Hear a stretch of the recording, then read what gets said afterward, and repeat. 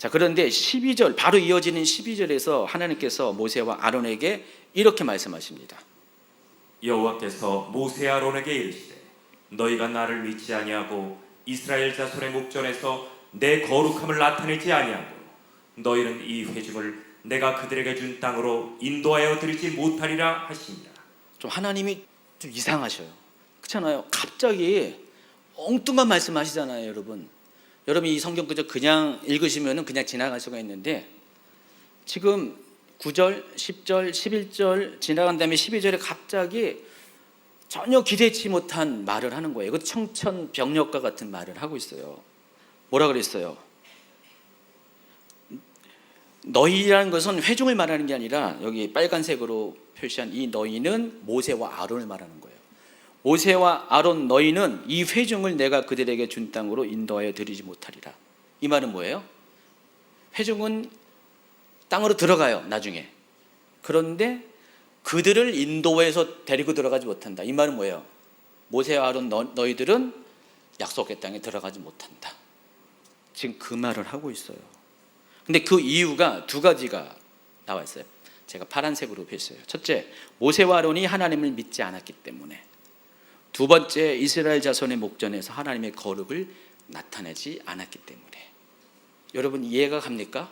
여러분이 알고 있는 모세와 아론이 정말 하나님을 믿지 않았습니까? 누구보다도 하나님을 믿은 사람인데 또 하나님의 거룩을 나타내지 않았습니까? 아닌데 하나님이 구별된 분이라는 것을 그렇게 백성들에게 말하고 또 그렇게 가르쳐 주었는데 여러분 좀 납득하지 않은 이야기를 지금 하나님께서 말씀하고 계십니다. 도대체 하나님이 왜 이 말씀을 하실까? 우리가 여기서 한 가지 상식적으로 여러분이 아시는 게 있어요. 많은 연구자들이 성경연구관분들이 이 11절을 주목해가지고요, 모세가 지팡이로 반석을 2번 친 것에 대해서 문제 제기를 합니다.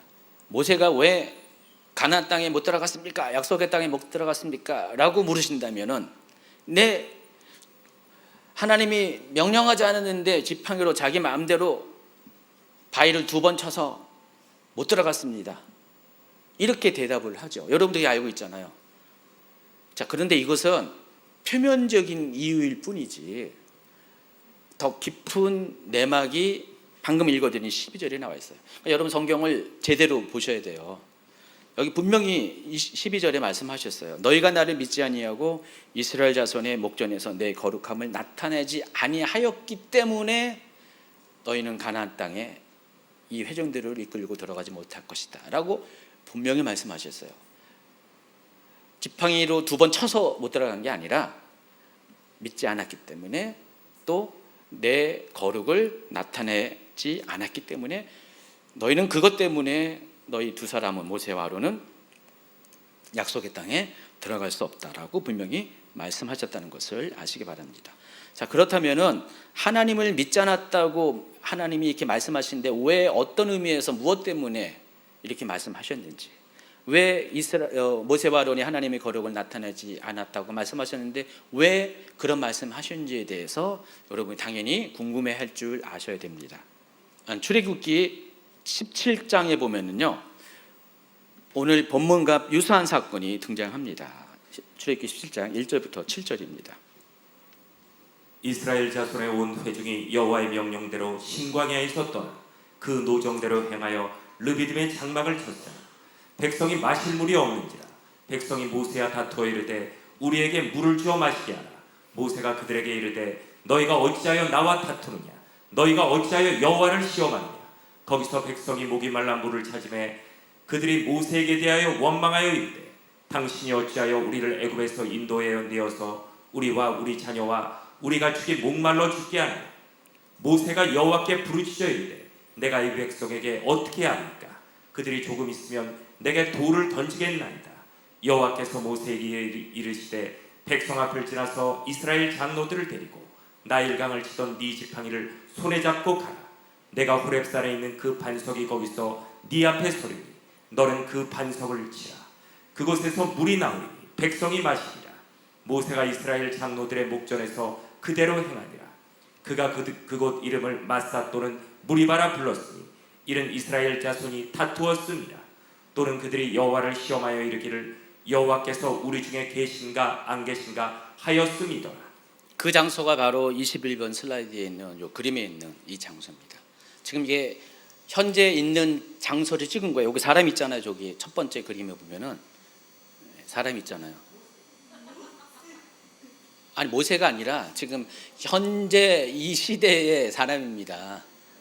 저거 이제 김승학 장로님이 찍은 사진이에요. 여러분 그 떨기나무라는 책의 저자인 김승학 장로님이 찍은 사진이에요. 저게 지금도 현존합니다.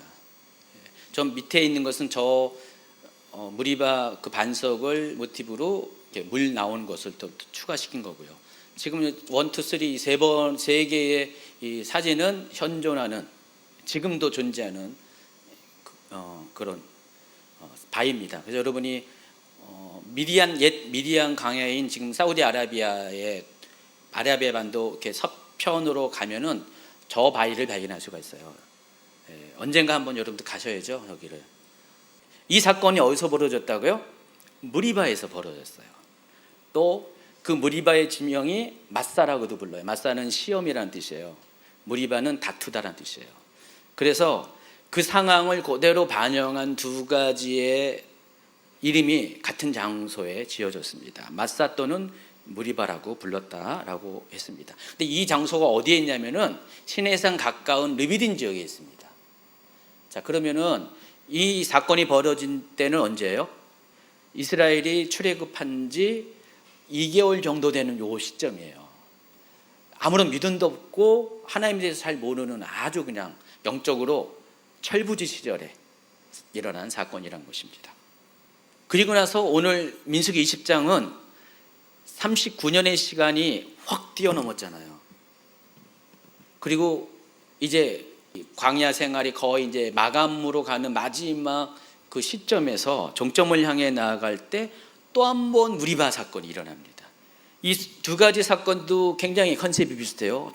물이 없는 상황 가운데 백성의 원망이 있었고 모세가 하나님께 출애굽기에서는 부르짖었다 그러고 또 이 민수기에서는 모세가 좀 더 성숙해가지고 엎드렸죠.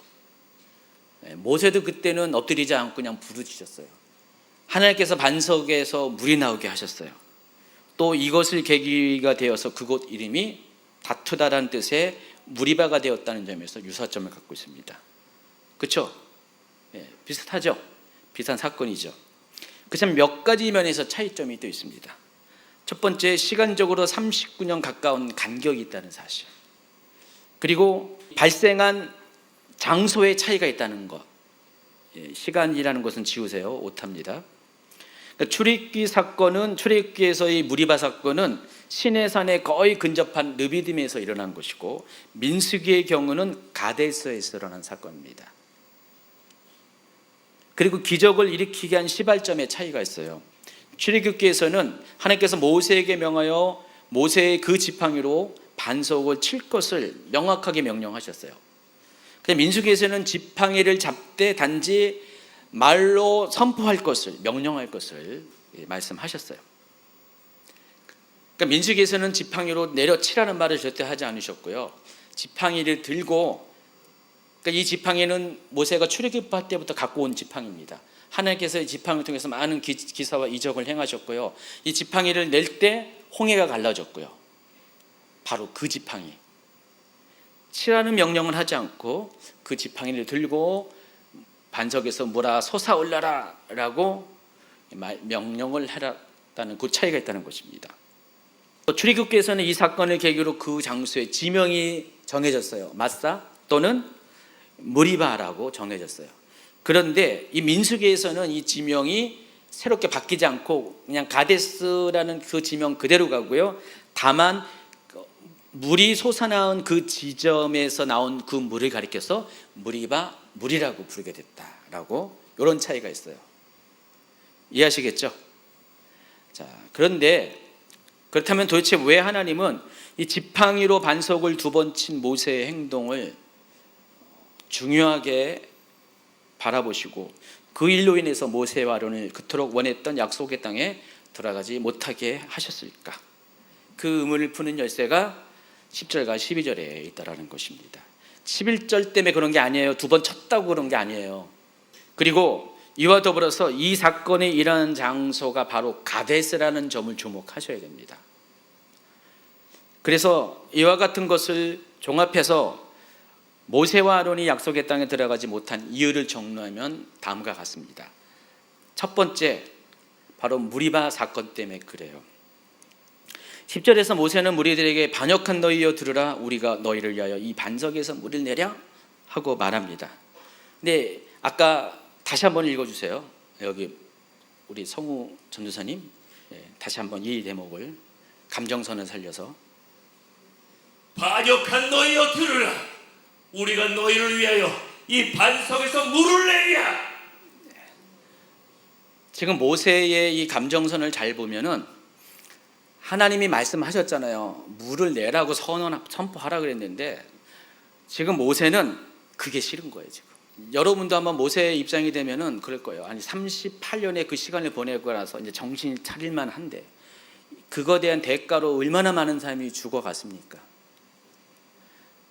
그럼에도 불구하고 정신을 못 차리고 똑같이 39년 전에 했던 똑같은 그 반응을 한 거예요. 그 르비딤에서 행했던 원망불평한 이 것을 모세가 했잖아요. 하나님 가만히 놔두면 저들이 나를 돌로 쳐 죽일 것 같습니다. 출애굽기에서는 그랬잖아요. 그 정도의 반응으로 똑같이 하니까 모세가 너무 기가 막힌 거예요. 해도 너무한 거예요. 내가 정말 참을 만큼 참았다. 그런 마음의 모세에게 아마 있을 것 같아요. 그래서 모세는 하나님을 불신하고 계속해서 원망을 그치지 않는 이스라엘 자손들의 행동에 대해서 심히 분노했다는 사실을 알 수가 있습니다. 엎드리긴 엎드렸어요. 그런데도 이들의 행동에 대해서 분노를 했다라는 것입니다. 그러니까 출애굽기 장면에서는 백성들이 아직 잘 모르는 영적으로 어린아이였기 때문에 그들의 행동을 받아들이고 이해할 수 있었지만은 지금에 와서는 도저히 그들의 행동에 대해서 납득이 안 됐다는 것입니다. 그래서 지금 모세는요 무리바에서 백성들과 무리바하고 있는 거예요. 지금 백성들과 다투고 있는 거예요. 지금 백성들과 모세 사이에 지금 감정의 대결이 일어나고 있는 거예요. 그래서 지금 아까 감정 섞인 말을 한 거예요. 다시 한번 이렇게 감정 섞인 얘기를 또 한번 읽어주세요. 반역한 너희여 들으라, 우리가 너희를 위하여 이 반석에서 물을 내랴. 그리고 쉽지 않다 지금 그 얘기를 하는 거예요. 속마음을 이렇게 비치고 있습니다. 동시에 그들로 인해서 많이 지쳐있는 이 모세는요 지금 38년 넘게 광야를 그들 때문에 이렇게 모세도 같이 지도자라는 이름 때문에 만약에 모세 혼자 있으면 어떻게 바로 들어갈 수 있겠죠. 근데 지도자라는 이름 때문에 같이 고생을 했잖아요. 제가 생각을 해보니까 여러분이 성장하지 않으면 보니까 최 목사님 좀 같이 고생을 하네. 그죠? 이끌고 가니까 같이 고생을 하네. 그러면은 뭐 어느 기간은 참아낼 수가 있는데 한 1년 기간 참아낼 수가 있는데 아니 38년 동안 이 여러분 때문에 제가 같이 고생을 했는데 정신을 차려야 되는데 아직도 그러면 어떻게 해요? 저라도 정말 속상할 거예요. 하나님 말씀은 또 말씀대로 순종하는 것 같은데 속이 상해가지고 지금 감정을 표현했다는 것입니다. 그래서 백성들과도 무리바하고 있는데 지금 하나님한테도 좀 약간 무리바를 하고 있어요. 그러나 개인적인 감정은 감정이고 하나님의 명령은 명령입니다. 그래서 모세 또한 성장한 사람이라면 개인적인 감정을 내려놓고 하나님의 명령을 온전히 따라서 했어요. 여러분 아까 믿음에 대해서 뭐라고 정의했습니까? 하나님 말씀을 그대로 순종하는 것입니다. 내 감정, 내 생각, 하나님 나 마음 속상한데 지금 못해요. 나중에 할게요. 이건 믿음이 아닙니다. 갑자기 이 순간에 숟가락 떨어지는 소리가 나는 거예요.